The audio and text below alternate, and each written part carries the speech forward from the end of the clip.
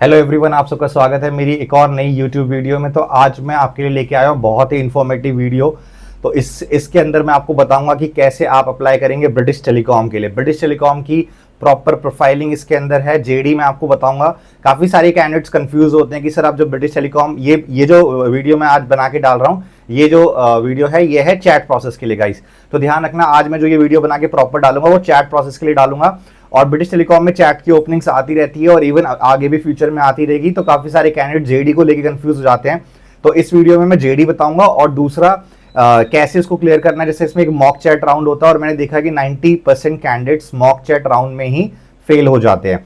तो mock chat round को clear करने का अगर आप चाहते हो कि मैं उसको लेकर भी वीडियो बनाऊं, क्योंकि अगर मैं इसी वीडियो के अंदर इतनी सारी चीज़ों को एक्सप्लेन कर दूंगा तो ये वीडियो शायद आधे घंटे की बन जाए। तो इसमें मैं मॉक चैट को एक्सप्लेन नहीं कर रहा हूँ। अगर आप लोग मुझे कमेंट करते हैं, अगर इसमें 15 से 20 कमेंट आते हैं कि सर प्लीज़ मॉक चैट को भी एक्सप्लेन करो, तो मैं डेफिनेटली अगली वीडियो में मॉक चैट के बारे में बना के डाल दूंगा। तो फिलहाल के लिए मैं आपको बताता हूं कि ब्रिटिश टेलीकॉम में चैट की क्या क्या ओपनिंग्स आती हैं, कितनी सैलरी होती है और कौन कौन से प्रोसेस होते हैं। तो जो सबसे ज़्यादा क्वेश्चंस पूछे जाते हैं कि सर जब आप ब्रिटिश टेलीकॉम की ओपनिंग डालते हो तो आप कभी सैलरी डाल देते हो 50,000, कभी आप डालते हो 59,000, कभी आप डाल देते हो सिर्फ 38,000, कभी आप डाल देते हो 36,000। तो ऐसा क्यों होता है? तो मैं आपको सिंपल सी चीज बताता हूँ। ब्रिटिश टेलीकॉम के अंदर चैट के 4 प्रोसेस हैं, ठीक है। 4 प्रोसेस हैं जिसके लिए ब्रिटिश टेलीकॉम हायरिंग करता है बेसिकली। तो पहला प्रोसेस है इनका बिलिंग प्रोसेस। बिलिंग प्रोसेस जो है वो है कस्टमर सपोर्ट का प्रोसेस, ठीक है। अगर आपने पास्ट में कस्टमर सपोर्ट में वर्क किया है, चैट कस्टमर सपोर्ट में, बिलिंग में, तो आप इस प्रोफाइल के लिए एलिजिबल हो जाते हो।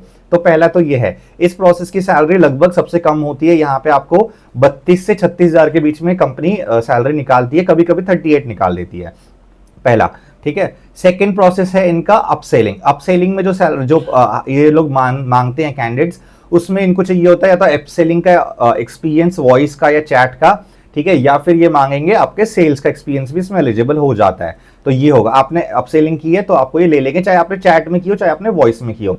इसकी सैलरी जो रेंज ये निकालते हैं वो निकालते हैं 36 से 42 के बीच में, डिपेंड करता है कि उस टाइम पे कितनी रिक्वायरमेंट्स है।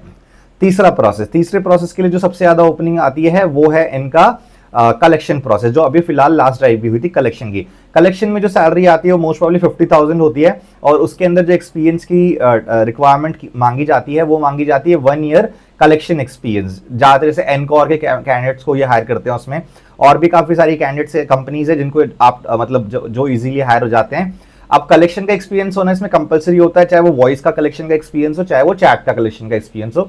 तो कलेक्शन का एक्सपीरियंस होना इसमें मैंडेटरी होता है। और चौथा है सेल्स प्रोफाइल। सेल्स में 55 से 60,000 के बीच में सैलरी आती है और उसमें सेल्स का एक्सपीरियंस होना कंपलसरी होता है।